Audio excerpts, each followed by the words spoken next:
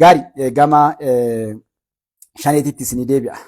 Shaneen akkuma beektan hojiin isii duraanuu kun nuuf haarawaa miti. Shaneen shaggar keessa dhiifama. Shaneen tuulama naannolee shawaa lafa keessatti karaa bahaa dhiyaa jiddu galeessa soso'aa jirtu keessatti wal fixiitiin dhama hamaan isaan gidduutti argamee dhukkee walirraa kaasaa jiranii. Keessaayyuu namni hogganoota isaanii keessaa gurraachuu fi abdii jedhaniin warri jaal jedhaan jaal jedhuun jaal jechuun eegaa isinirraa baasa. Abdurrahmaan Qaasim kanaami eegaa isinirraa hidha. Maal gootanii itti rakkattanii naftanyaa ofirraa baasanii bara. Kanaaf gurraachoo fi warri jaal jedhaan namni yoo jaal jettaniin nama namaa oli an jaaladhu jechuudha. Kanaaf kana isin jaal yoo jettan jaalallee kiyya. Namni kennan beekamu jaalmarroo jedha namni isin jaalannillee. Rakkoo qabna bara waa hubadhaa yeroo waa jettan. The best friend ittiin faranjii jaalallee irraa olii ka'an isaa oli nam tokkollee hin qabne jechuudha. Jaal ebalu gaaratti yeroo waliin jennu warra du'ul awwaalu waliif gartee fincaa'aa waa hunda haadha abbaa irra walitti aanu bakka san jechuudha. Gabaabduutti isinitti hin dheeradhu. Gurraachaa fi abdiin gartee dhukkee walirraa kaasanii dhiyoo kana guutuu wal fixaa jiranii jidduu isaaniitti dhumaatiin guddaan argamee jira. Sababni maali yoo jettan daa'ima ganna 8 gudeedde shaniin. Daa'ima kana yeroo gudeedan daa'imni karaa garee tokkooti garee isaa addaan baafnee warri waan kana irraa arganne gareen tokko warra daa'imni ganda isaaniiti. Akkamitti daa'ima keenya gudeeddan warri gudeedaa jennee warri ajajatu walitti kennine warra nuun faallaa jiru kagartee miseensa yookaan maatii keenya hin taane ijoollee daa'imman dubartiitti dhuftan dhukkee irraa kaasaa jenne malee akkami warra keenya tuttan qabsoon garam deebite warra keenya kan jedhuuni waraanni hedduu wareegamni guddaan kafalamee warra isaan keessaa hoggana jedhallee gamaa gabanaa kaa walitti dhaabbatanii dhukkee warri irraa kaasanii wal fixanii kanaaf wal qabatee kaa gurraachoon to'annoo jala oolee akka agartee murtiin du'aa irratti dabruu fi warri gaara kee jiru walitti murteessite. Kanarraa kan ka'e shaniin bakka hedduu jirtu waan kanarraa finciltee bakka jirtutti 3-4 ta jirtu illee mataa walirraa guuraa jirti yani jechuudha. Shanukka ijoolleen gaara jirta warri shanii waliin jirtan. Waan gootan namni waan bu'aa qabu seenaa keessanii illee bu'aa qabu dalaga. Dhugaa hedduun keessan bakka sanii bahuu hin dandeessan. Garuu wanni dalagamaa jiru godhamaa jiru. Waan hamaa. Maal wal goote kana qofaan yoo kana sooshaal miidiyaa gubbaa deemaa ture gartanii nama bineensa nyaachisan gartanii nama ajjeestee jechuudha warra bineensi nyaatee akkaataa itti fuudhanii awwaalan dhabanii gariin namaas gubbaa kaayee raayyaa ittisa biyyaattu ajjeesee akkas godhan jechuudha. Namoonni sun ka ajjeesanii bineensa nyaachisan gareelee warra gara daa'imaa waan kanaan dhukkee walirraa kaasanii jechuudha nama fixanii waraanni gamaa gamana jiru nama ajjeesu ifa baasanii bineensa nyaachisan jechuudha. Inni galee. So kanarraa kan ka'e warroonni sunni jechuudha warra dhiyoo kana argitan ajjeesanii bineensa nyaachisan warroota sanii jechuudha. Sagaleen kee dhagamaamee namoota biloog godhee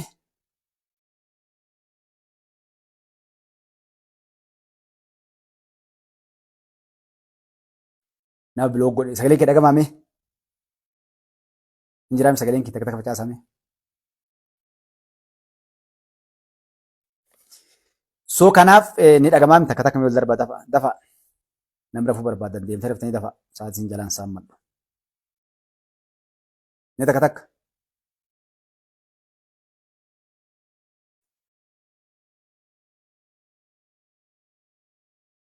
Okay ni jira dhiifama. Yeroo ani si biloog godhaa iddoon qilleensa irraa ta'een beekonnedha.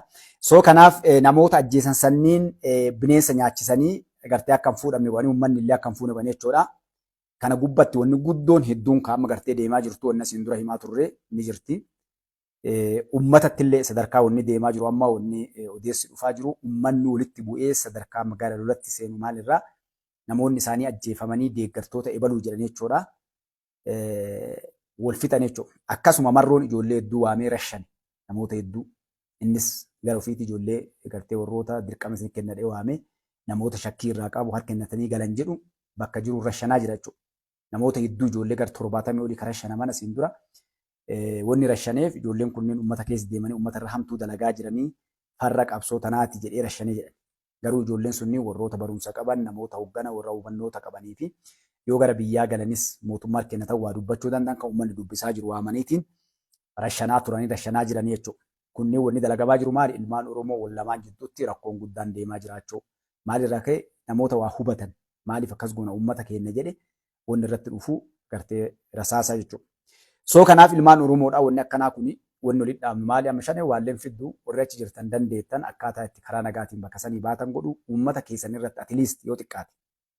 Nu amma kaayoo teessan kaagartee dhiisaa galaa yoo jenne nuti waan biraatti fudhattanii garuu uummanni Oromoo maqaa keessan qabsoon tokkoffaa wanni warri gaara kee jirtan na dhageettanii hin hordoftanii hubattan qabsoon hawaasa keessa godhan uummata keessa godhan isa jalqabaa shaneerra dhageenye jechuudha. Qabsoon gammoojjii godhanii yoo biyya bilisoomsuu mootummaa cabsuu barbaadan gabbayanii mootummaa diidan baafatanii yookaan mootummaa dhukkee sirraa kaasaa yookaan mootummaa irraa dhukkee kaasa. Lafa bilisoomsitee uummata kan kee bakka bilisoomsanii gabbaasaa lafa qulqulleessaa dhufta. Riphee lolaan kamu riphee lolaan qawwee qabattee uummata keessa teennaan uummata keetti dhumata. Atuu uummata nyaata deebistee. Waraanni uummata keessa jiru kaattaa ka mootummaatu wanni mooratti galchuun mootummaan waraana uummata keessa teessan poolisa malee. Sababni waraanni waa balleessa. Wanni inni barate waa balleessuudha. Waan tolchu kamu addunyaarra biyya feete hin jiru addunyaarra waraanni waa tolchu. Ajjeesi balleessii wanni barsiisan kana jechuudha. Kanaafuu waraana fuudhanii magaalaa keessatti uummata keessaan deemanii uummata illee ficcisiisuu isinillee wal ficcisiisuun gaarii miti yoo lakki tattaafannee mootummaa kana waa godhuu dandeenya jettan gammoojjii gabbayaa qabsoon akkitti godhamu biyya ollatti achiidhanii duubbee qabaatanii uf ijaaranii humna godhatanii lafa bilisoomsaa akkasitti deemanii dhufan jechuudha. Kanaaf jennaan uummata keessatti tufamtan isinitti himneera kaayoo qabdanii harka maaliif qabsaa jirtanii beektanii hogganni keessan eenyu kaayoon teessan maali sassankaa waraanaa isin woboof hin jettan kaa woboo qabdanii yaammaa ijoolleen achirtan sun heeraaf seera dhaaba barattanii sagantaa siyaasaa dhaaba keessanii barattanii dabballee siyaasaa qabdanii waraanaa qabdanii tika qabdanii eeka isinuu sanuu sirreessee waa hundatti karaa gubbaa kaa'u. Hogganoonni keessan eenyu fa'a? Damee dantaa alaa kan biyya keessaa, kan waraanaa, kan siyaasaa beektanii qabdanii eenyu? Eban namni waan takka akkanumaan hin dhumatu gaaratti. Hagam takka barattan leenjitan. Hawaasa keessatti waraanni akka hin deemne eenyu malee miseensa ulee namni uummata keessatti mul'atu. Uummata fakkaatee miseensa ulee jechuun hidhannoo lafa kaayee uummata fakkaatee kan gartee odeessa reeshina uummata ijaaruu irratti dalaguun alatti waraanni kamuu kan riphee lolaa uummata keessatti hin mul'atu yoom guyyaa inni mul'atu yoo uummata irraa waa ittisuu danda'e qofa. Guyyaa taankii qabaatee waa hunda qabaatee mootummaa san cabsee bakka iddoo harka gadhiisisee qulqulleesse uummata bakka bilisoomsee uf duuba gaddeebisee ofii dura aanee mootummaa dhayaa hiiqaa deema jechuudha. Akkanumaan yoo isiniif fakkaate wanni kan isin tuqeen maali? Riphee lolaan eenyullee caalaa riphee wanni maali dhokatee jechuudha. Fira isattuu mul'atu eenyutu uummatuma isa deeggaruttu. Maaliif uummanni dirqamee mootummaan tumee dararee ilma ebaluutii suuraa kan kee kakaafate yookaan ka beekuun akkas eesiimuu bakka jirtu si geessuu danda'a. Kanaaf dhiifama. Warri waan kana himneen maali akka karaa irra hin jirre warri dhugaa fakkaatee gaara jiru illee jiraate jechuu barbaade. Waa'ee waraanaa, waa'ee riphee lolaadhaa. Nu gaafachuu dandeettan isinitti himna. Gaafa diinonni keenya Itoophiyaa bulchan gaafa waraanni bilisummaa Oromoo sansakkaa waan hunda qabu. Hatta waraanni bilisummaa Oromoo kaleessa sansakkaa woboo jedhanii waraanni bilisummaa Oromoodhaa kitaaba xiqqoo keeshaa qaba. Akka itti nyaatu, akka itti dhugu, akka tasaa uummata yoo dhufe akkamitti uummata keessa dabraa. Waan biraa fi bara. Sansakka jechuun naamusa. Naamusa waraana bilisummaa Oromoo. Namni tokko kalee kaayakillee jiraatu dubartii uummataa yoo waa godhee yoo laale ija hamtuun ija zinaatiin laal ni ajjeefama. Zinaa dalagu ni ajjeefama. Ni beeka namu kana warri waraana bilisummaa Oromoo keessa ture. Qabeenya uummataa yoo tutte. Rakkattee yoo nyaatte beeloftee horii san hidhannoo mulqattee dhattee yoo sangaa ta'e sangaan sun agamittee gaafatta. Galgala loonsa yoo dirqamtee nyaatte ni hidhattaa galgala dhattee horiin kun agamittee gaafatta. Hidhannoo yoo qabatte uummanni sodaatee gatii xiqqaa waan sitti muufi. 10,000 siin jedha fakkeenyaaf 20,000 kafaltaaf jechuudha. Nyaachuun hin ga'u fudhachuun waan uummataan ga'u jechuudha. So kanaaf akkas inshallah tana wanni tuttuqeef kanaaf gama shaneetiinis kaagartee wanni deemaa jiruu fi walirratti dalagaa jiran kana ammoo kaa rakkoon sadarkaa namoota walirraa ajjeesanii bineensa nyaachisanii deeggartoota ogeeyyii fayyaa barsiisota hawaasa ajjeesanii wanni hedduun dalagamaa jira. Gartee kanaaf kun waan uummata keenya irratti gartee yeroo kana keessatti hin barbaachifne haadha silaan dhagamne hedduun deemaa jira.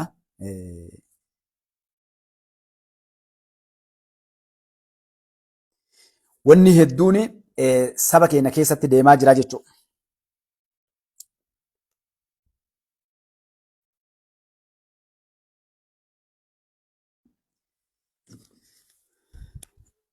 Kun kana inshallah qabxii itti aantu isin dabra ammallee tokkotu asitti onna godhee nan biloo godhe abshiru jala wannan jedhina.